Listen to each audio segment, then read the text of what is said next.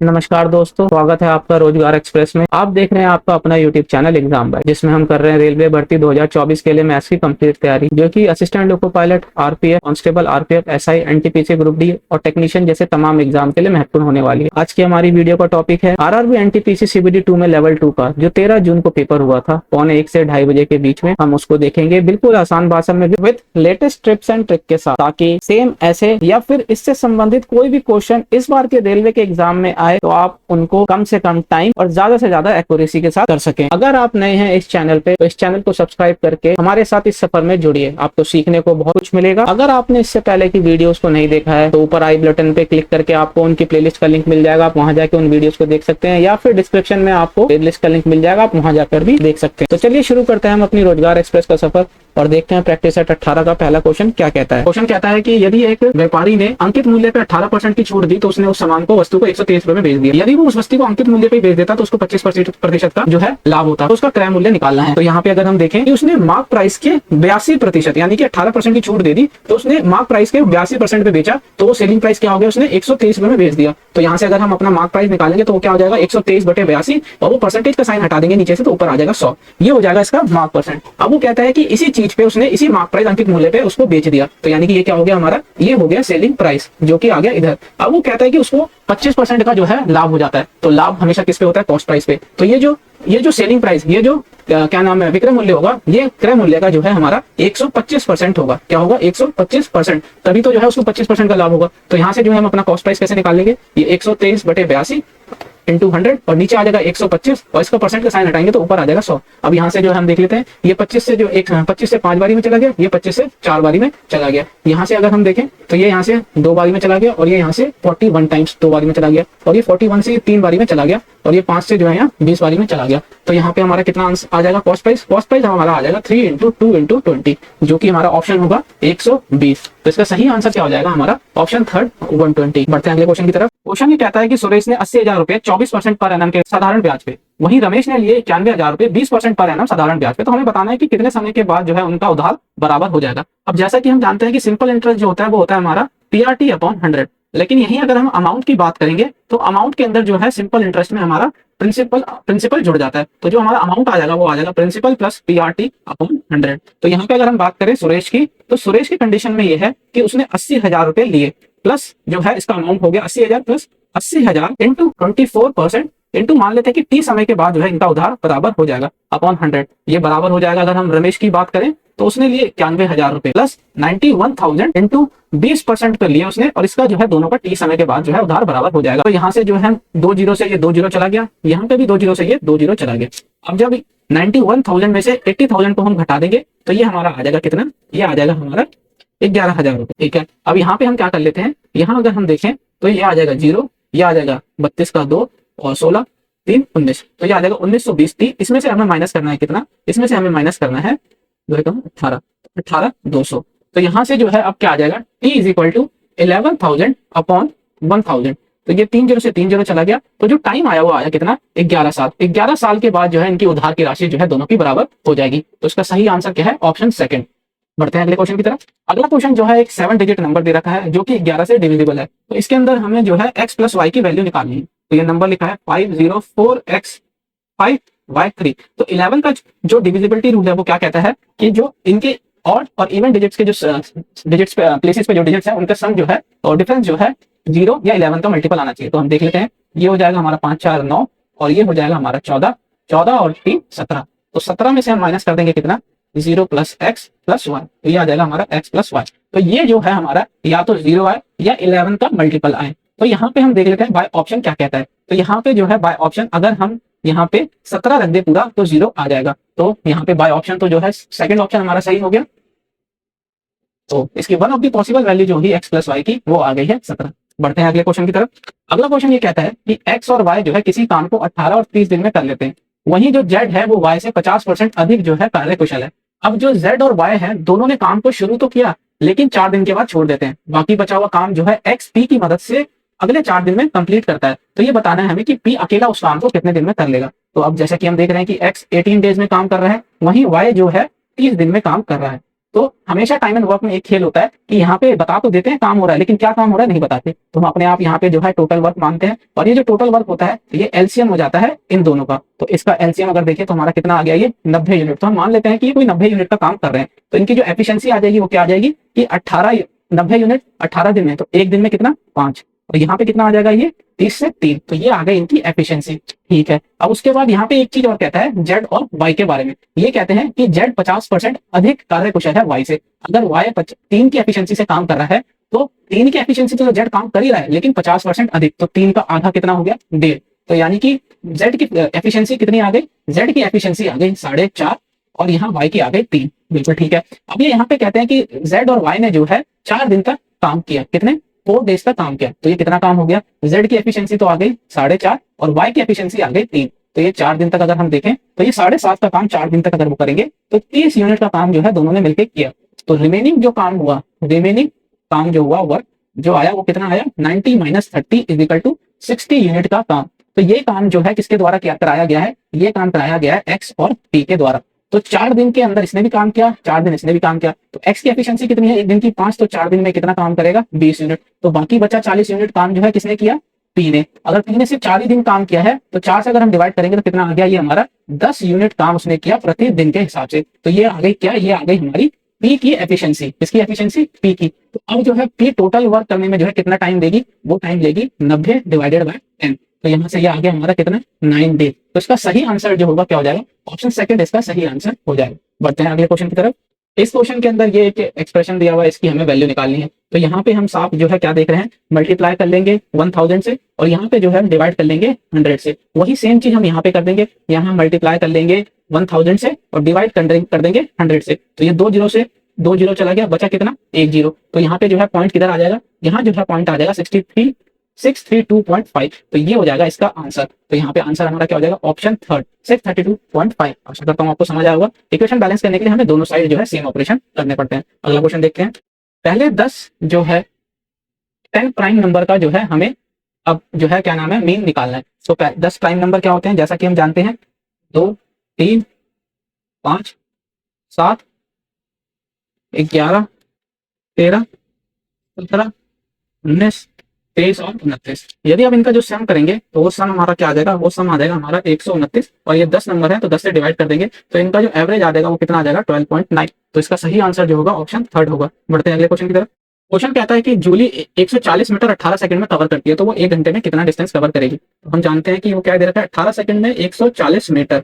तो 1 सेकंड में अगर हम बात करें तो वो कितना आ जाएगा हमारा 140/18। अब यहाँ पे 1 घंटे की बात की है तो 1 घंटे में 60 मिनट और हर 1 मिनट में 60 सेकंड। तो यानी कि अगर हम बात करें तो 60 × 60 सेकंड के अंदर जो है कितना डिस्टेंस वो कवर करेगी 140/18 × 60 × 60। अब ये तो जो है मीटर में, लेकिन हमें जो है आंसर किस में निकालना है, ये हमारे को किलोमीटर में निकालना है। तो किलोमीटर में निकालने के लिए हम जो है 1000 से डिवाइड कर देंगे तो ये हमारा आंसर आ जाएगा किलोमीटर में। तो यहाँ से ये 3 जीरो से तो ये 3 जीरो चला गया, ये 6 से जो है 3 बारी में चला जाएगा, 3 से ये जो है 2 बारी में चला जाएगा। तो हमें साफ दिख रहा है यहाँ से 14 दूनी 28, तो 28 किलोमीटर इसका आंसर हो जाएगा, जो कि ऑप्शन हमारा सेकंड है। बढ़ते हैं अगले क्वेश्चन की तरफ। अगला क्वेश्चन कहता है कि शुरुआत में जो लाभ प्रतिशत था किसी वस्तु की बिक्री पे वो 74% था। यदि जो उसका क्रय मूल्य 50% से बढ़ जाए और सेलिंग प्राइस विक्रय मूल्य सेम रहे तो नया प्रॉफिट परसेंटेज हमें बताना है। तो मान लेते हैं ये हो गया कॉस्ट प्राइस, ये हो गया सेलिंग प्राइस। पहले 100 रुपए की कोई चीज थी तो उसका प्रॉफिट था 74%, तो यानी कि वो बिकी कितनी होगी 174 रुपए पे। अब जो है वो बोला जा रहा है कि उसका क्रय मूल्य कॉस्ट प्राइस जो है 50% से बढ़ गया। तो 100 का 50% कितना, आधा,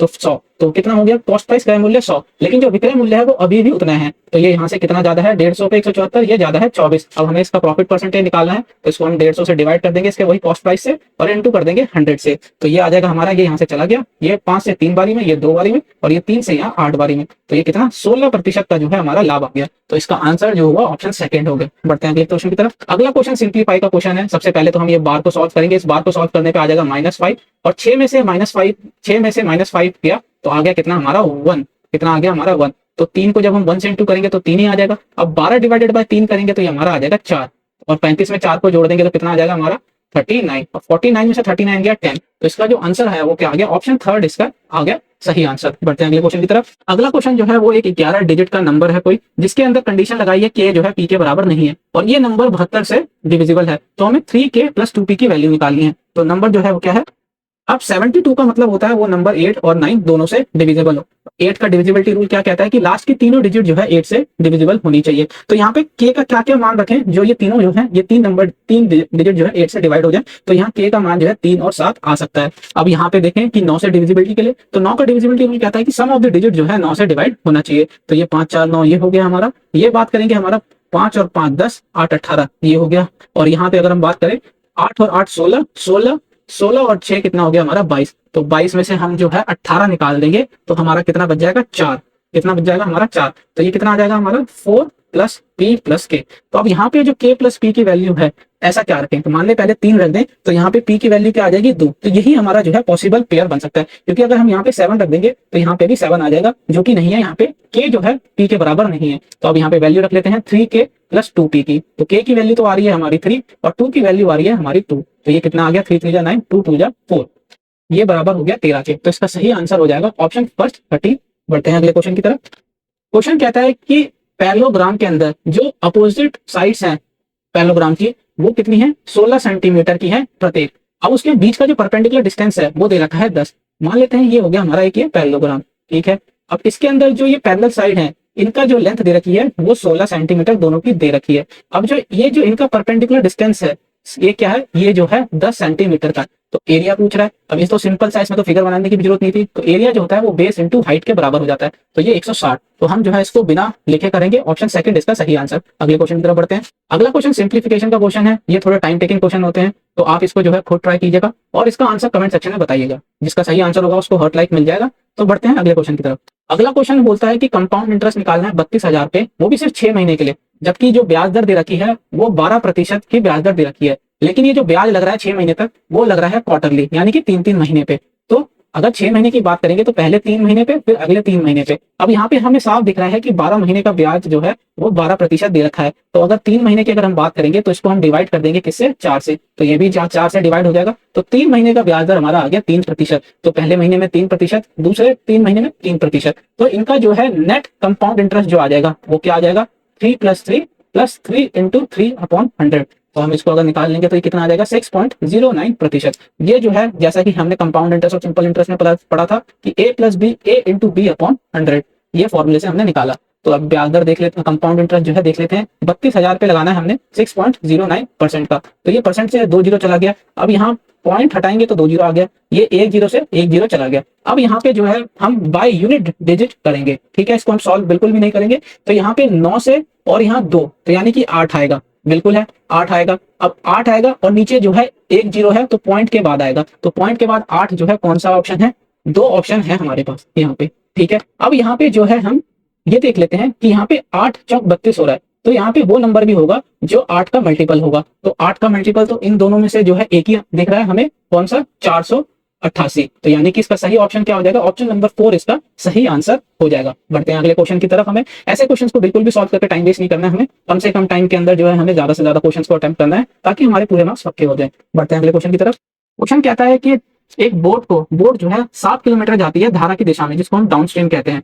तो उसमें जितना टाइम लगता है वो बराबर होता है जब वो 3 किलोमीटर धारा के विपरीत में जाती है। तो सबसे पहले तो हम ये टर्म समझ लेते हैं कि डाउनस्ट्रीम का मतलब होता है x + y। ये बोट की स्पीड हो गई, ये धारा की स्पीड हो गई। और अपस्ट्रीम का मतलब होता है उसके विपरीत, तो इनकी स्पीड जो है माइनस हो जाएगी क्योंकि जो है बोट स्लो हो जाती है।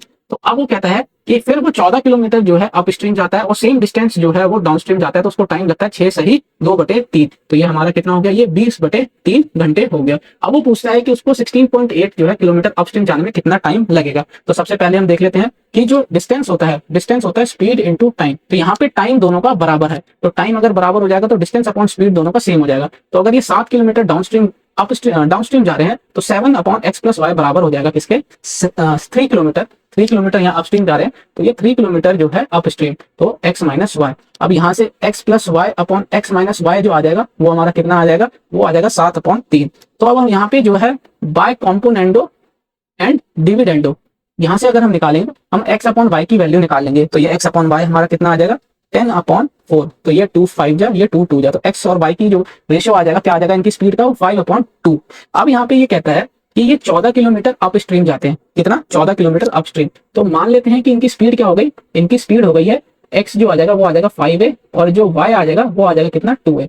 तो 14 किलोमीटर जो है ये अप स्ट्रीम जाते हैं, तो अप स्ट्रीम के अंदर दोनों की स्पीड अगर माइनस कर दें 5A में से 2A, तो ये आ जाएगा हमारा 3A प्लस ये उतना ही डिस्टेंस 14 किलोमीटर जो है ये डाउन स्ट्रीम जाते हैं, तो दोनों की प्लस हो जाएगी, तो ये कितना आ जाएगा हमारा 7A। तो ये टाइम देते हैं कितना हमारा 20/3, तो ये 7 से 2 बारी में चला गया। अब इनका जब हम एलसीएम ले लेंगे तो 3A आ जाएगा, ये 14 हो गया इनका और ये 6, तो ये 20/3 हो गया। तो यहाँ से देखेंगे तो ये 6 + 14 20, ये 20 इससे कट गया, ये 3 इससे कट गया, तो ए की जो वैल्यू आई वो आई 1। तो जो इनकी स्पीड आ जाएगी वो स्पीड क्या हो जाएगी, एक्स की 5 km/h और वाई की जो हो जाएगी 2 km/h। तो अब ये पूछता क्या है कि 16.8 किलोमीटर जो है अप स्ट्रीम का मतलब होता है स्पीड में माइनस होना, तो 5 में से 2 गया 3, तो ये कितना टाइम लेंगे, तो टाइम आ जाएगा यहाँ से 3 5 15 और 3 6 18, तो ये आ जाएगा 5.6 इसका सही आंसर। तो जो इसका ऑप्शन होगा वो ऑप्शन 3 इसका सही आंसर हो जाएगा। आशा करता हूं आपको समझ आया होगा। क्वेश्चन को दोबारा पढ़िए और वीडियो को दोबारा देखिए, आपको जरूर समझ में आएगा। बढ़ते हैं अगले क्वेश्चन की तरफ। अगला क्वेश्चन सिंप्लीफाई का क्वेश्चन है, ये आपको खुद करना है, इसका आंसर कमेंट सेक्शन में जरूर बताइएगा।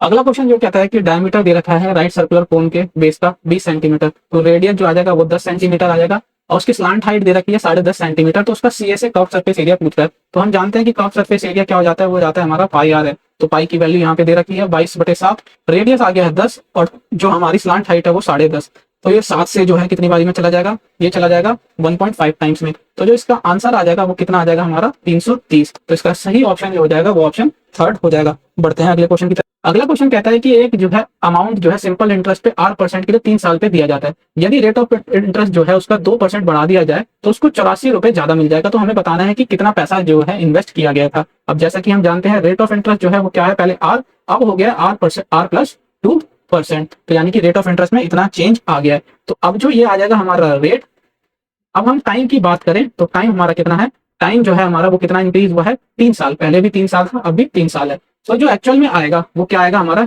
3R, तो यहाँ आ जाएगा हमारा 3R + 3 2 6, तो 3R दो जगह टर्म तो दे रखा है। अब हमने इसको इंटू क्यों किया कि हम जानते हैं सिंपल इंटरेस्ट की बात हो रही है और सिंपल इंटरेस्ट जो होता है वो PRT/100 होता है, तो रेट ऑफ इंटरेस्ट और उसका टाइम का मल्टीपल, तो यहाँ हमने मल्टीप्लाई कर लिया। तो ये जो इनका मल्टीप्लाई होने के बाद आया 3R तो दोनों जगह आया, लेकिन एक एक्स्ट्रा क्या आया ये 6, तो ये 6 के एक्स्ट्रा आने की वजह से जो है उसको 84 रुपए ज्यादा मिले। तो ये कितना गुना है, ये 24, ये जो है हमारा कितना, ये है हमारा 14 गुना, तो 14 गुना ये हो गया। तो अब हमसे सम पूछता है, तो सम जो है ये 6%, ये क्या है ये 6%, तो यानी कि 6% एक्स्ट्रा जो मिला उसको वो 84 रुपए मिला, तो ये कितने गुना हो गया 14%, 14 गुना। तो जो सम होगा वो कितना है, वो अपने आप में 100% होता है, तो 100 × 14, तो जो सम इन्वेस्ट किया था वो कितना था 1400 रुपए। तो इसका सही ऑप्शन जो होगा वो ऑप्शन फर्स्ट हो जाएगा। बढ़ते हैं अगले क्वेश्चन की तरफ।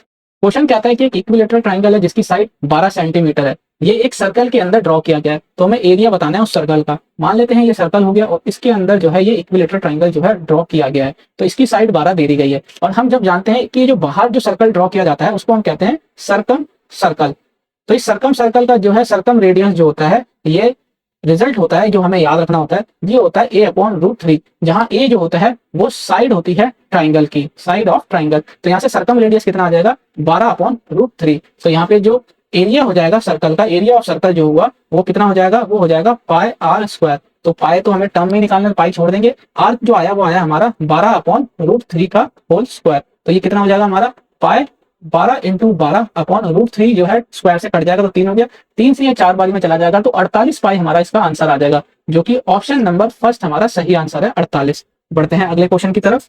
क्वेश्चन कहता है कि एक टाइम टेंट है जो कि 6 मीटर तक तो सिलेंड्रिकल है और ऊपर से जो है कोनिकल शेप में है, तो जो डायमीटर दे रखा है बेस का वो 90 मीटर दे रखा है, तो रेडियस कितना आ जाएगा हमारा 45 मीटर। अब जो हाइट दे रखी है कोनिकल पार्ट की वो 28 मीटर दे रखी है, तो हमें कपड़ा बताना है कि उस कपड़े का कितना एरिया होगा जो इस कैनवस यानी कि इस पूरे टेंट को ढकने को लगेगा। तो अब यहाँ पे जैसा कि हम जानते हैं कि इसका जो एरिया आ जाएगा CSA, अगर बोले हम कर्व सरफेस एरिया निकालना है हमें, तो ये कितना आ जाएगा, टेंट का तो होता है πRL और जो नीचे सिलेंड्रिकल पार्ट हो जाएगा उसका कितना हो जाता है 2πRH। तो अब यहाँ पे जो L है वो हमें नहीं दे रखा है टेंट का, तो अब जैसा कि हम जानते हैं ये क्या है 28 45 और 54, ये जो होता है ये ट्रिपलेट होता है, पाइथागोरस ट्रिपलेट, तो हमको ये याद करना है। तो अगर 28 सेंटीमीटर हाइट दे रखी है और 45 सेंटीमीटर जो है नीचे बेस यानी रेडियस दे रखा है, तो जो उसकी स्लांट हाइट आ जाएगी वो कितनी आ जाएगी 54 मीटर, तो ये आ जाएगा स्लांट हाइट हमारा 54। तो यहाँ से जो है पाई की टर्म में निकालना है तो पाई हम नहीं रखेंगे, लेकिन पाई और आर जो है यहाँ से कॉमन है तो वो ले लेते हैं, तो रेडियस जो है 45 बाहर आ गया, पाई आर अंदर L है तो L 54 + 2 टाइम H हमारा 6 मीटर है, तो ये हमारा आ जाएगा कितना, ये 54 प्लस ये हो जाएगा हमारा 12, तो ये कितना आ जाएगा हमारा 54 + 12 66 × 45 पाई। तो जब हम यहाँ से देखेंगे तो हम यहाँ पे जो है यूनिट डिजिट जो है हम इसको कैलकुलेट कर लेंगे ऑप्शन में देख के बाय यूनिट डिजिट। तो 6 पंजे 30 यानी 0 वाला, तो इसका जो सही ऑप्शन होगा वो क्या हो जाएगा, सेकंड ऑप्शन इसका सही हो जाएगा। एक्चुअल में इधर थोड़ा सा आंसर में जो है करेक्शन है, यहाँ जो आंसर आएगा वो क्या आएगा 2970 इसका सही आंसर हो जाएगा। बढ़ते हैं अगले क्वेश्चन की तरफ। क्वेश्चन कहता है कि 5/9 के अंदर हम ऐसा क्या ऐड करें कि वो 11/6 हो जाए। तो इनका जो है डिनोमिनेटर बराबर कर लेते हैं, इसको 18 बना लेते हैं दोनों को। तो ये कितना हो जाएगा 10/18 और यहाँ नीचे ऊपर 3 से इंटू कर देते हैं, तो ये 33/18। तो ये कितना ऐड किया हमने इसके अंदर, ये जो ऐड किया इसके अंदर हमने किया 23/18। तो इसका जो सही आंसर आ जाएगा वो ऑप्शन सेकंड हो जाएगा, एक सही 5/18। बढ़ते हैं अगले क्वेश्चन की तरफ। क्वेश्चन कहता है कि पारस जो है 40% किसी काम का जो है 8 दिन में कर लेता है। तो पारस जो है 40% काम जो है 8 दिन में करता है, तो 100% उस काम का वो कितने दिन में कर लेगा, वो कर लेगा 8/40 इंटू 100। तो ये 5 बारी में चला गया और ये 20 बारी में, तो यानी 20 डेज में, कितने 20 डेज के अंदर। वहीं दीप्ति और पारस जो है 10% जो है एक दिन में करते हैं। तो दीप्ति और पारस जो है 10% काम जो है एक दिन में करते हैं, तो 100% काम जो है वो कितने दिन में करेंगे, वो 10 डेज में कर लेंगे। तो यहाँ पे जो है पारस जो है किसी काम को 20 दिन में कर रहा है और पारस प्लस दीप्ति जो है उसी काम को 10 दिन के अंदर कर रही है। तो अगर ये 20 यूनिट काम हुआ तो ये एक दिन में कर रहा है पारस, तो पारस और दीप्ति मिलकर एक दिन में 2 यूनिट काम कर रहे हैं। तो यहाँ से दीप्ति की जो एफिशिएंसी आ जाएगी वो कितनी आ जाएगी 1 यूनिट। तो दीप्ति अकेले जो है 20 यूनिट काम एक दिन में 1 यूनिट करती है, तो कितने दिन लेगी 20 दिन। तो इसका सही आंसर जो आ जाएगा वो क्या आएगा, ऑप्शन नंबर सेकंड इसका सही आंसर हो जाएगा। बढ़ते हैं अगले क्वेश्चन की तरफ। अगला क्वेश्चन कहता है कि दो नेचुरल नंबर जो है रेशियो में दे रखा है 6:5 में, तो उनका प्रोडक्ट है एलसीएम एचसीएफ का 6750। तो हमें सम बताना है उस नंबर का, तो हम इसको सॉल्व नहीं करेंगे। इनका सम जो आ जाएगा 11 का मल्टीपल हो जाएगा। तो 11 का अगर मल्टीपल देखें तो हमारा ऑप्शन पहला ही ऑप्शन सही है 165, क्योंकि इसके अंदर अगर हम चेक करेंगे तो 11 का मल्टीपल ये भी नहीं है, 11 का मल्टीपल जो है ये भी नहीं है और 11 का मल्टीपल ये भी नहीं है, खाली एक ही ऑप्शन जो है 11 का मल्टीपल है। तो यही आंसर हमारा सही हो जाएगा, इसको हम सॉल्व करके टाइम वेस्ट नहीं करेंगे। बढ़ते हैं अगले क्वेश्चन की तरफ।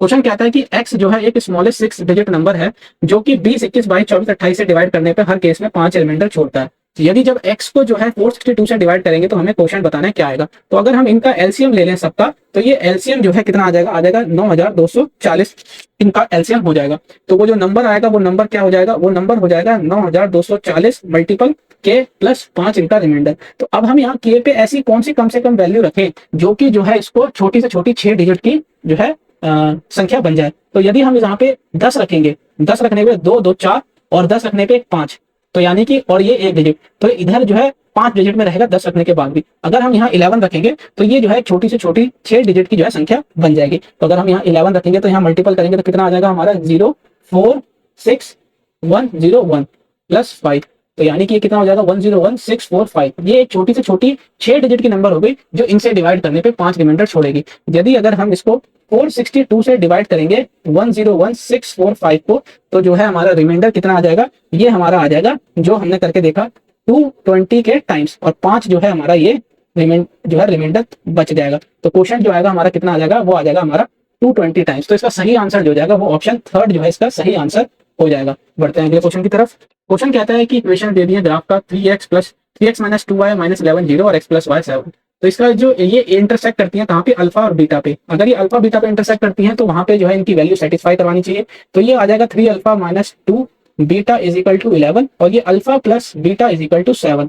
तो यहाँ से अगर हम वैल्यू देखें तो इसको पूरे इक्वेशन को जो है हम 2 से इंटू कर देंगे तो हमारा क्या आ जाएगा 2 alpha plus 2 beta is equal to 14। अब हम जो है इसको प्लस कर देंगे तो ये 2 बीटा से 2 बीटा गया और ये 5 अल्फा इज इक्वल टू हमारा कितना आ जाएगा 25। तो अल्फा की वैल्यू कितनी आ गई हमारी 5, तो और बीटा की वैल्यू कितनी आ जाएगी हमारी इस इक्वेशन से 2। तो अब यहाँ पे इनकी वैल्यू रख लेते हैं 3 into alpha plus 5 into beta, तो ये 15 प्लस 10। तो इसका सही आंसर आ जाएगा 25 जो कि है ऑप्शन नंबर फर्स्ट। बढ़ते हैं अगले क्वेश्चन की तरफ। क्वेश्चन कहता है कि एक इक्विलेटरल ट्राइंगल है, साइड जो है 12 सेंटीमीटर दे दी है, सीडी जो है बाइसेक्ट कर रही है। तो मान लेते हैं ये एक इक्विलेटरल ट्राइंगल हो गया, ये ए बी सी, सीडी जो है एक एंगल बाइसेक्टर है।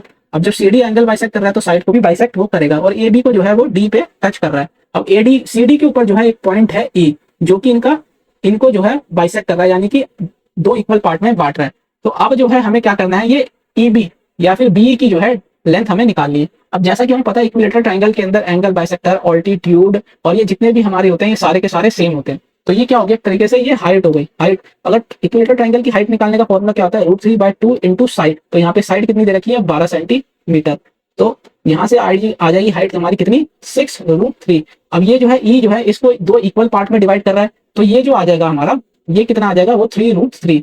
तो अगर हम यहाँ पे देखें इस ट्राइंगल के अंदर, कौन सा ट्राइंगल ई डी और बी के अंदर, यहाँ तो ये 3√3 3 आ गया और ये 6 दे रखा है, तो बाय पाइथागोरस थ्योरम हम बीई निकाल लेंगे। तो बीई का स्क्वायर जो है वो कितना आ जाएगा हमारा 3√3 का स्क्वायर प्लस 6 का स्क्वायर। तो ये कितना आ जाएगा 3 3 9 और ये 27 प्लस ये आ जाएगा 6 का ये 36। तो ये हमारा कितना आ गया, ये हमारा अंडर रूट में आ जाता है 63। तो ये आ जाएगा हमारा 3√7 सेंटीमीटर इसका सही आंसर। तो ऑप्शन जो है हमारा क्या हो जाएगा, ऑप्शन 4 हमारा सही आंसर हो जाएगा 3√7 सेंटीमीटर। बढ़ते हैं अगले क्वेश्चन की तरफ। अगला क्वेश्चन ये कहता है कि अगर इन ऑब्जर्वेशन में से 70 को अगर हम निकाल दें तो मीडियन में कितने का इंक्रीज आ जाएगा। अगर हम पहले अगर देखें तो पहले जो है इनकी मीडियन क्या थी, मीडियन जो थी यहाँ पे नंबर ऑफ टर्म्स देखी था 1 2 3 4 5 6 7 8 इवन है, तो 4 और 5th टर्म जो होगी उनका एवरेज होगा इसकी मीडियन। तो और ये वैसे भी सारा डेटा असेंडिंग ऑर्डर बढ़ते हुए क्रम में, तो जो 4th टर्म है वो क्या है 72 और 74। तो 72 प्लस 74 डिवाइडेड बाय 2, तो इनका जो मीडियन आ जाएगा वो कितना आ जाएगा हमारा 73। अब अगर हम 70 हटा देते हैं इसमें से, तो इनका जो मीडियम होगा वो अगर ऑड है तो वो n+1 डिवाइडेड बाय 2 टर्म होगी। तो जैसे 2 3 4 5 6 7 7 है तो n+1 यानी कि 7 + 1 8 डिवाइडेड बाय 2, तो यानी कितना ये 4 टर्म। तो ये 3 और 1 ये 4, यहाँ से 1 2 3 और ये 4, तो यानी कि 74 हो गई अब इनकी मीडियन। तो मीडियन कितनी बढ़ गई, 1 का इंक्रीज हुआ। तो इसका जो सही आंसर होगा वो क्या हो जाएगा, इसका ऑप्शन सेकंड जो है सही आंसर हो जाएगा। अब बढ़ते हैं अगले क्वेश्चन की तरफ। अगले क्वेश्चन में इसकी वैल्यू निकालनी है। 13 का क्यूब हम सबको पता है 2197 होता है। अब यहाँ पे जो है कितना हो जाएगा -512 8 का क्यूब, और यहाँ पे कितना हो जाएगा -125। अब ये 2197 -512 माइनस प्लस माइनस 125, तो इन दोनों को जो है हम अगर ऐड करेंगे तो ये कितना हो जाएगा हमारा 637 माइनस 2197। तो जब हम इसको करेंगे तो ये आ जाएगा हमारा 1560। इसका मल्टीपल ले लेंगे तो ये आ जाएगा हमारा 39 और 40 का मल्टीपल। तो इसका जो सही आंसर होगा क्या होगा, ऑप्शन नंबर 4 हमारा इसका सही आंसर हो जाएगा। बढ़ते हैं अगले क्वेश्चन की तरफ। क्वेश्चन कहता है कि 1470 रुपए जो है अनंत और मोहन के बीच में 3:4 में जो है बांट दिए गए। तो मोहन का हमें शेयर निकालना है। अब मोहन का शेयर निकालना है तो इसके पहले तो मोहन का शेयर देख लेते हैं 4 का मल्टीपल। तो इनमें से 4 का मल्टीपल जो होगा वही मोहन का शेयर हो जाएगा। ये नहीं है 4 का मल्टीपल, ये है 4 का मल्टीपल, ये नहीं है और ये भी नहीं है, तो इसको हम बिना सॉल्व के लगा देंगे। ऑप्शन नंबर 3 हमारा सही आंसर। बढ़ते हैं अगले क्वेश्चन की तरफ। अगला क्वेश्चन ये कहता है कि इसका एचसीएफ निकालना है हमको 144 360 और 504। इसको भी जो है हम बाय ऑप्शन देख लेते हैं। बाय ऑप्शन देखेंगे तो ये 72 को ये 2 गुना से चला जाएगा, ठीक है। अब यहाँ पे अगर हम देखेंगे तो ये कितना हो जाएगा, ये 5 गुना से चला जाएगा, सबसे बड़े से बड़ा टर्म। और यहाँ पे अगर हम देखेंगे तो ये कितना हो जाएगा हमारा, ये हो जाएगा हमारा इंटू 7 से, तो यानी सबसे बड़े से बड़ी टर्म जो इन सबको डिवाइड कर रही है वो ऑप्शन 1 है। तो इसका सही आंसर क्या हो जाएगा, फर्स्ट ऑप्शन। हमें जो है करने की जरूरत नहीं। बढ़ते हैं अगले क्वेश्चन की तरफ। अगला क्वेश्चन ये कहता है कि 12.5% जो है एक नंबर का वो बराबर है किसके, 37.5% सेकंड नंबर के। तो मान लेते हैं ये 12.5% ए का जो है एक नंबर को ए मान लेते हैं, दूसरे नंबर को जो है हम बी मान लेते हैं। 37.5% बी के बराबर है। तो जो इनका रेशियो आ गया ए बाय बी का वो कितना आ गया 37.5 अपॉन 12.5। दोनों परसेंट के परसेंट साइन से कट जाएगा, पॉइंट से ये कट जाएगा। ये 125 से 3 बारी में चला गया, ये 3/1 आ गया। अब ये कहता है कि सेकंड नंबर को फर्स्ट नंबर को सब्ट्रैक्ट कर दिया, इसको इसमें से माइनस कर दिया, तो बचा कितना 2 यूनिट। तो ये इसकी वैल्यू दे रखी है 1428। तो ये कितने गुना हो गई, ये गुना हो गई 7 1 4 714 के। तो इनका सम बताना है। तो 2 3 और 1 का सम जो है कितना हो गया हमारा 4 यूनिट, और ये कितना गुना आ जाएगा 714। तो ये कितना आ जाएगा हमारा इसका आंसर आ जाएगा हमारा 2856, जो कि ऑप्शन जो है 4th इसका सही आंसर है। बढ़ते हैं अगले क्वेश्चन की तरफ। अगला क्वेश्चन ये कहता है कि मैक्सिमम वेट 750 पार्टिसिपेंट के द्वारा जो उठाया जाता है उसको जो है ना रिकॉर्ड किया गया है। तो उसको रिकॉर्ड करने के बाद उनका मीन और मीडियन निकाला गया है। यदि जो मीन है वो 184 केजी है और मीडियन जो है 78 केजी है, तो हमें ये बताना है इसका मोड क्या होगा। सिंपल सा जो है ये फॉर्मूला है स्टैट्स का, जिसके अंदर फॉर्मूला होता है 2 mean plus mode equal to 3 median. तो यहाँ से वैल्यू रख लेंगे। मीन की वैल्यू जो दे रखी है 184, मोड हमको निकालना है और मीडियन दे रखा है हमें 178। तो यहाँ से जो है मोड कितना आ जाएगा हमारा, वो आ जाएगा 3 × 178 माइनस 2 × 184। हमें ये स्टेप जो है लिखना ही नहीं है, हम यहीं से देख लेंगे। 4 2 जा 8 और 8 3 24, तो यानी कि 4 में से 8 जाएगा, तो जो ऑप्शन आएगा वो हमारा यूनिट डिजिट 6 आना चाहिए। तो हमने बाय यूनिट डिजिट इसको किया। तो ऐसा क्या है ऑप्शन जिसमें 6 आया फर्स्ट में, तो यानी कि ये यूनिट डिजिट 6 आ रहा है ऑप्शन नंबर फर्स्ट में। तो यही हमारा सही आंसर हो गया, हमें आगे सॉल्व करने की जरूरत ही नहीं है। अगले क्वेश्चन की तरफ बढ़ते हैं। अगला क्वेश्चन ये कहता है कि ये 5525 रुपए जो है 3 दोस्त एबीसी अपने आप में बांटते हैं। अच्छा, बांटने के बाद जो है ए अपने में से 50 रुपए, बी अपने में से 100 रुपए और सी अपने में से 75 रुपए हटा देता है। तो उसके बाद जो पैसा बचा उसका जो है रेशियो जो है 11:18:24 है। तो शुरुआत में सी के पास कितना पैसा था हमें वो बताना है। तो अगर हम इनका सम निकालें तो ये सम हमारा कितना हो जाएगा, ये सम हो जाएगा हमारा 225 रुपए। तो ये 225 रुपए जो है हमें माइनस करना है किसमें, 5525 में से ये हमें 225 रुपए माइनस करना है। तो ये कितना आ गया हमारा 5300 रुपए। अगर हम इसका सम निकालें, इसका सम अगर हम निकालें तो ये हमारा कितना आ जाएगा 53। तो ये 53 की वैल्यू दे रखी है कितना, 100 गुना। तो यानी कि 24 जो है सी के पास अभी जो है वो कितना है 2400 रुपए। लेकिन अगर पहले बात करें तो पहले उसके पास क्या था 75 रुपए और थे। तो यानी कि 2475 रुपए सी के पास पहले थे। तो इसका सही आंसर जो हो जाएगा वो क्या हो जाएगा, ऑप्शन सेकंड इसका सही आंसर हो जाएगा। बढ़ते हैं अगले क्वेश्चन की तरफ। अगला क्वेश्चन ये कहता है कि ABCDEF जो है एक रेगुलर हेक्सागन है। क्या है, रेगुलर हेक्सागन है। ये हो गया जी हेक्सागन 6 भुजाओं वाला, जिसके जो अंदर ये मान लेते हैं साइड ABCDEF। तो जो BE है ये जो डायगोनल है ये 14 सेंटीमीटर दिया है। तो हमें जो है हेक्सागोनल का पेरीमीटर निकालना है। तो पेरीमीटर तो जब निकलेगा ना जी जब साइड पता होगी। तो ये जो होता है हमेशा हमेशा याद रखें, ये जो अपोजिट एंगल्स को जो है जोड़ने वाली साइड होती है हेक्सागन के अंदर वो हमेशा दुगनी होती है साइड के। अगर ये 14 है तो साइड हो जाएगी 7। इसी तरीके से CF भी जो है वो 14 होगी तो साइड आ जाएगी 7। तो पेरीमीटर अगर हम देखें तो पेरीमीटर जो है वो 6 गुना हो जाएगा 7 का। तो कितना आ गया 42 सेंटीमीटर। तो इसका सही आंसर जो होगा वो क्या हो जाएगा, ऑप्शन 4 42 सेंटीमीटर। बढ़ते हैं अगले क्वेश्चन की तरफ।